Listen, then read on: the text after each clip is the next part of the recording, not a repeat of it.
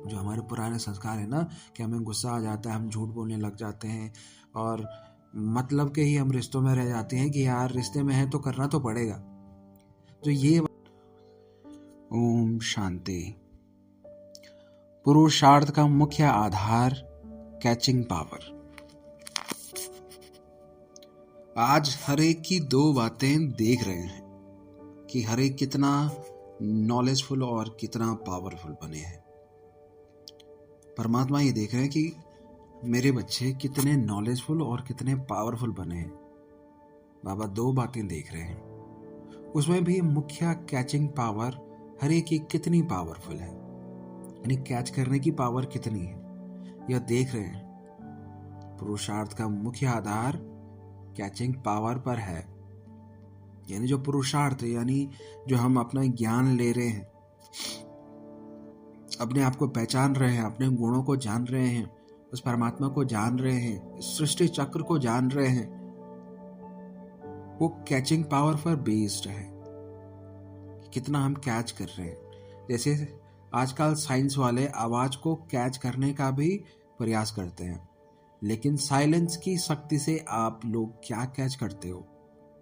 Silence की शक्ति यानी आत्मा। जब हम आत्मिक स्वरूप में रहते हैं तो वो साइलेंस की शक्ति होती है। तो साइलेंस की शक्ति से आप लोग क्या कैच करते हो? जैसे वो बहुत पहले के साउंड को कैच करते हैं, वैसे आप क्या कैच करते हो? अपने 5000 वर्ष पहले के दैवीय संस्कार कैच कर सकते हो, क्योंकि 5000 पहले हम सत्युगी आत्मा थी, चैतन्य स्वरूप आत्माएं थी, सर्वगुण संपन्न, 16 कला संपूर्ण निर्विकारी आत्माएं थी हम। तो वो कैच कर सकते हो? बाबा पूछ रहे हैं। कैचिंग पावर इतनी आई है। वो तो दूसरों की साउंड को कैच कर सकते हैं।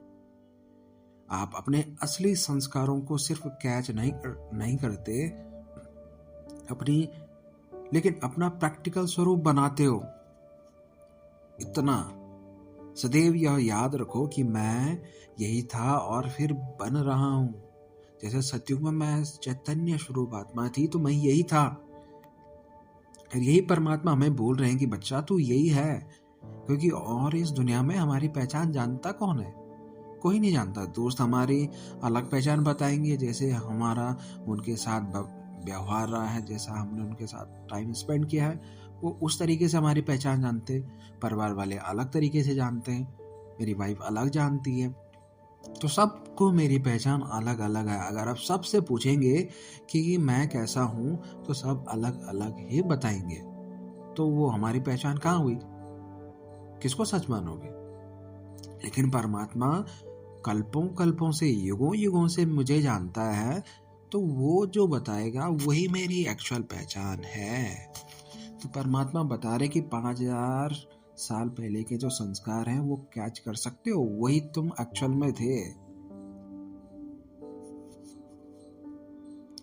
आप अपने असली संस्कारों को सिर्फ कैच नहीं करते, लेकिन अपना प्रैक्टिकल स्वरूप बनाते हो। यह याद रखो कि मैं यही था जो 5000 पहले मैं चैतन्य स्वरूप आत्मा थी, पावन आत्मा थी, और मैं फिर बना रहा हूं।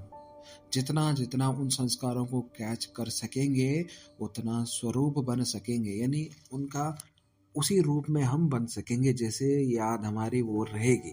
तो परमात्मा कह रहे हैं कि मुझे याद कर बच्चे, और खुद को अपना स्वरूप समझ कि मैं कैसा स्वरूप हूँ, मेरा स्वरूप क्या है, ये समझ।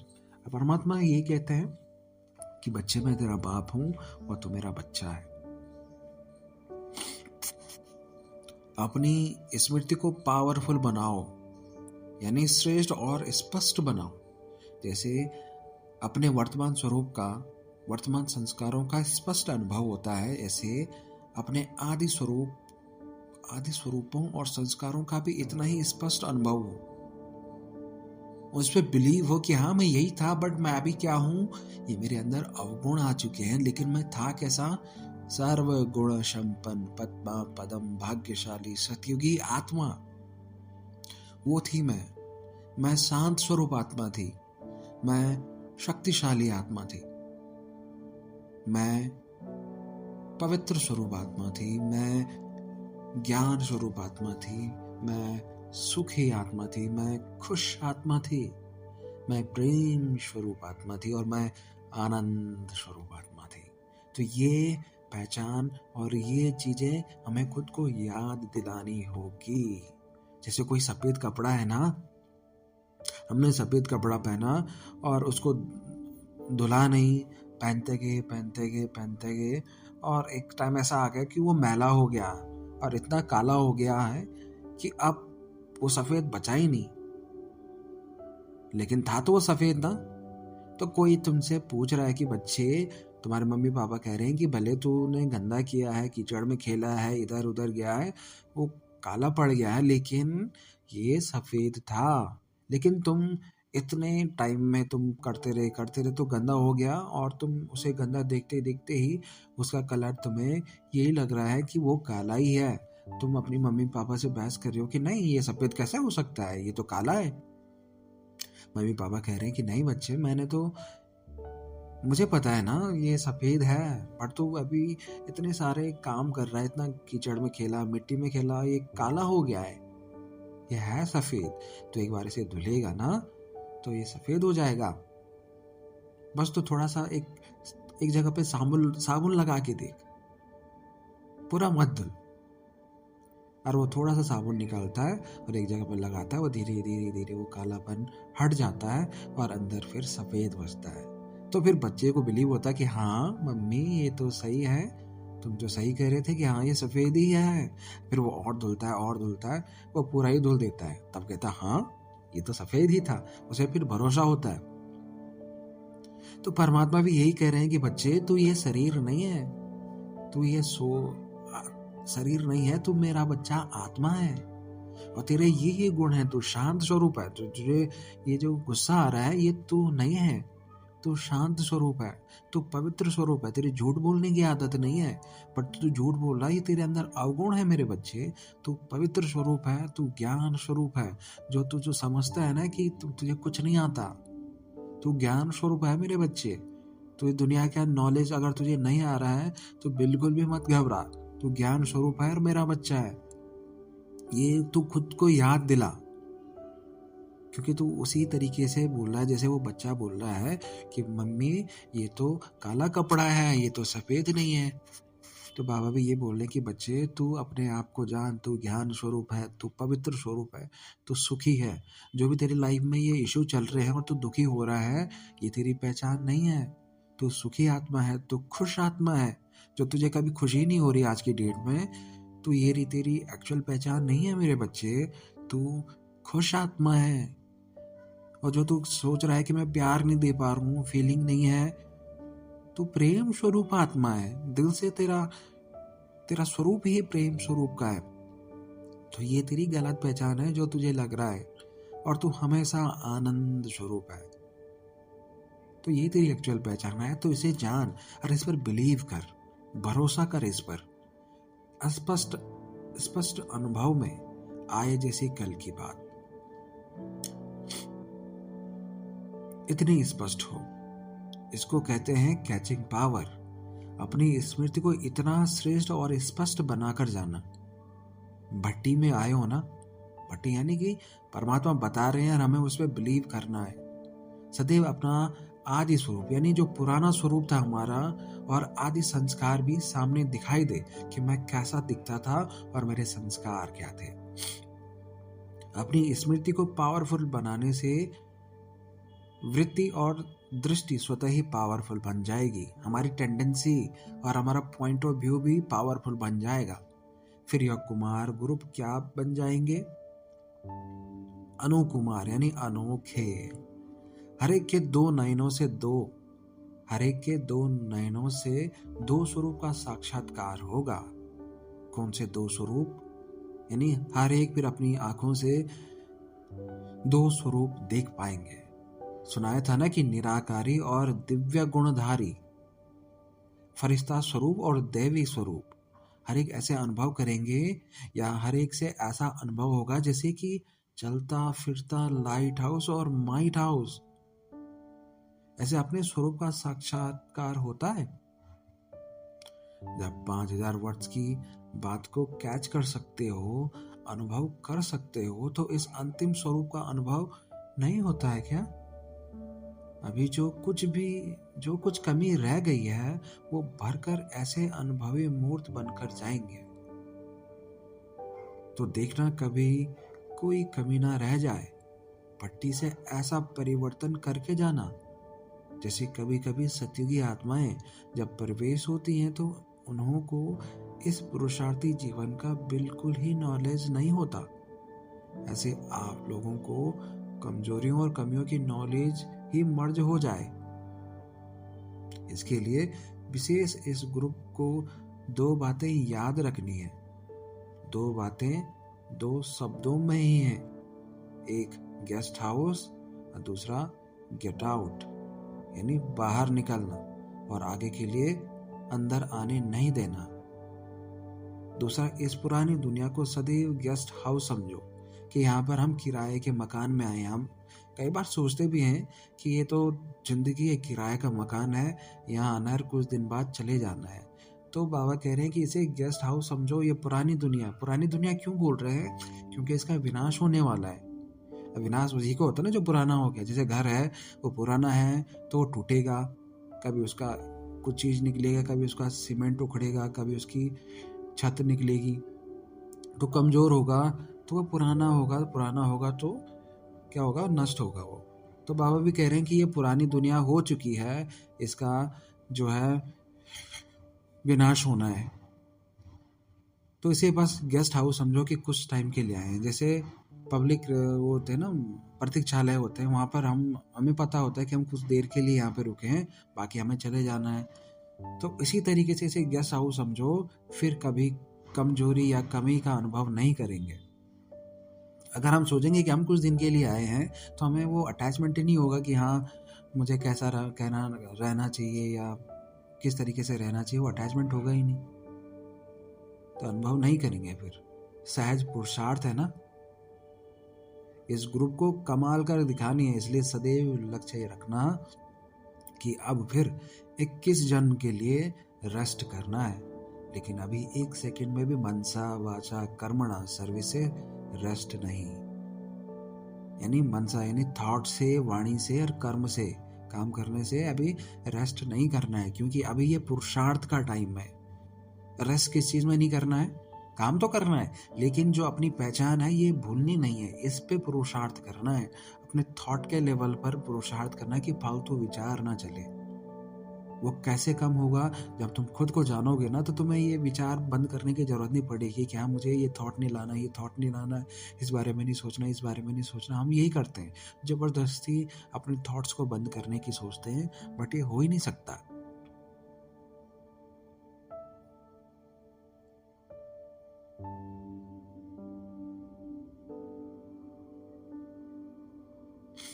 तो मनसा वाचा और कर्मणा सर्विस से रेस्ट नहीं करना है। इस पुरुषार्थ को, अपनी पहचान को, अपने गुणों को धारण करने का और परमात्मा को जानने का, ये सब कुछ रोह रोहान करने का ये पुरुषार्थ चलना चाहिए। बस इसको कम नहीं करना है।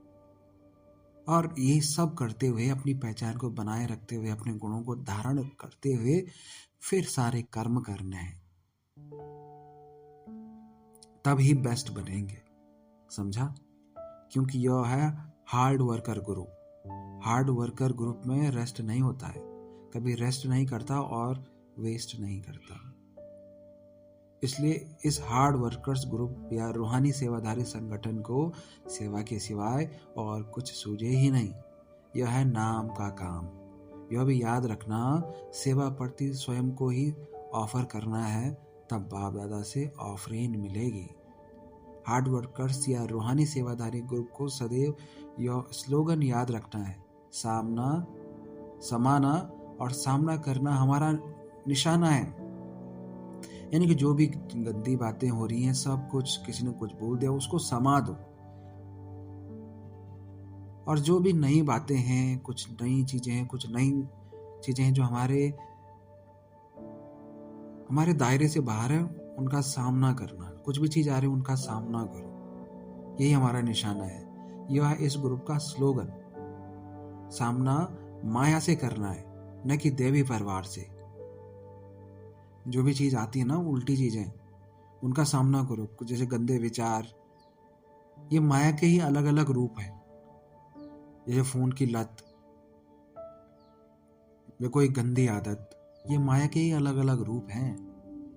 लोभ, मोह, अहंकार, ये भी माया के अलग अलग रूप हैं। तो इन माया के जो स्वरूप हैं, इनका सामना करना है, न कि देवी परिवार से। देवी परिवार यानी हम क्या है, चैतन्य स्वरूप आत्मा है। अपने गुणों का सामना नहीं करना है। समाना क्या है?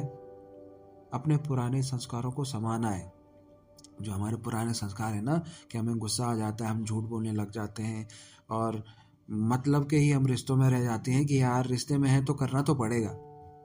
जो ये वाली सोच है, इसको समा देना है कि ये सोच चले ही ना। और फिर हम बाद में सोचते हैं कि मैंने तो इतना किया, मैंने तो इतना किया। अरे जो तुम इतना कर रहे हो, इसका पुण्य तुम्हें कभी मिलेगा ही नहीं। अगर तुम्हारी ये सोच चल रही है ना कि मैंने तो इतना किया इस रिश्ते में, लेकिन लोग और कुछ करते ही नहीं है, तो इसका जो पुण्य बन रहा होगा वो मिलेगा ही नहीं। तुमने इसका निस्वार्थ भाव से किया ही नहीं होगा। निस्वार्थ भाव ये होता है कि मैं कर रहा हूं, बाकी मुझे आगे से मिले या ना मिले। और ये थॉट ना चले बाद में कि हाँ मैंने तो उनके लिए इतना किया, उन्होंने कितना किया। ये जो चले, ये समाना नहीं हुआ। तो ये सारी चीजें समाना सीखो।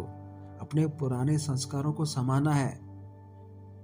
और नया कैसा लाना है कि मैं सबको प्रेम करता हूं, ये मेरा गुण है। जैसे फूल है ना, फूल सबको खुशबू देता है। चाहे कोई उसे पानी भी नहीं दे रहा है, उसको भी खुशबू देगा। जो उसकी हमेशा देखभाल करता है, उसको भी खुशबू देता है। जैसे सूर्य है, कोई सूर्य को गाली दे रहा है, उसको भी वो उतनी ही प्रकाश देता है, उतनी शक्ति देता है बॉडी में, विटामिन डी वगैरह। और जो नहीं भी देता है, जो उसके वो पानी चढ़ाता है, उसको भी उतना ही देता है। तो सबके लिए समान। तो जो तुम्हारा प्रेम का भाव है, जो तुम्हारा बात करने की बात है, कोई नई बात कर रहा है, तुम बात कर रहे हो, तो ये मत सोचो कि मैं कर रहा हूं, ये नहीं करते हैं, ये मत सोचो। तो समाना, अपने पुराने संस्कारों को समाना है। नॉलेजफुल के साथ साथ पावरफुल भी बनना है, तभी ही सर्विसेबल बनेंगे। अच्छा, तिलक समारोह देख राज तिलक समारोह याद आता है ना। अभी यह तिलक संपूर्ण स्थिति में रहने के लिए है, फिर मिलेगा राज तिलक। यह तिलक है प्रतिज्ञा और प्रत्यक्षता का तिलक। इतनी पावर है। रूहानी सेवाधारी ग्रुप के लिए यह खास शिक्षा दे रहे हैं। अपने को जितना अधिकारी समझते हो, उतने ही सत्कारी बनोगे। अधिकारी यानी कौन सा अधिकारी? परमात्मा के बच्चे के अधिकारी। कि परमात्मा जब कह रहा है कि बच्चे मैं तेरा बाप हूं, तो मेरा बेटा है, तो ये अधिकार है ना हमारा भी कि हाँ मेरा बाप है। मेरे बाप के जितने भी खजाने वो मेरे हैं। जैसे इस लौकिक दुनिया में हम बोलते हैं कि जो मेरे पापा हैं वो अगर सेठ हैं, तो उनकी जितना भी है वो मेरा है। भले वो दे नहीं रहे हैं, लेकिन वो हमें फील होता है कि हाँ मेरा है। मेरे पापा का जो भी रहेगा मेरा है। मेरे पापा की जो भी जायदाद है वो मेरी है। मेरे पापा का जो घर बार है वो मेरा है। भले उस टाइम पे वो मेरे नाम नहीं है, लेकिन वो फील होता है, वो गर्व हमें फील होता है कि मेरा बाबा का है, मेरा ही है। तो परमात्मा कहने कि मेरे पास तो ये अविनाशी खजाने हैं। लौकिक बाबा के पास तुम्हारे वो सारे विनाशी खजाने, वो उनका एक ना एक बार विनाश होना ही है, वो खत्म होंगे। पैसा है वो खत्म होंगे, घर है वो टूटेगा ही, खत्म होगा, पुराना होगा, जीर्ण होगा, जर्जर होगा। भले तुम्हारे जब तक तुम हो तब तक ना हो, लेकिन एक समय तो आएगा ना ऐसा।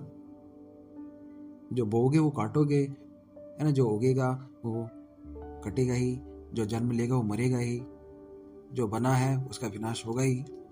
तो ये तो सारे विनाशी चीजें हैं, लेकिन परमपिता परमात्मा कह रहे हैं कि बच्चे मैं तुझे ये अविनाशी खजाने दे रहा हूं, जो कभी खत्म ही नहीं होने वाले।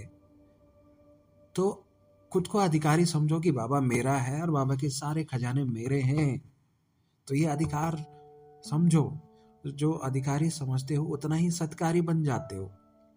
पहले सत्कार देना, फिर अधिकार लेना। सत्कार यानी बाबा मैं तेरा हूं, ये खुद को पहचान कराना कि बाबा कौन है, मैं कौन हूँ, मेरा कनेक्शन किस तरीके से बाबा से। जब इस तरीके से रूह रोहान करते हैं, सारी मुसीबतें बाबा को बताते हैं, तो बाबा कह रहे हैं कि सत्कार और अधिकार दोनों साथ साथ हों। पहले सत्कार देना, फिर अधिकार लेना। अगर सत्कार को छोड़ सिर्फ अधिकार लेंगे तो क्या हो जाएगा? जो कुछ किया वो बेकार हो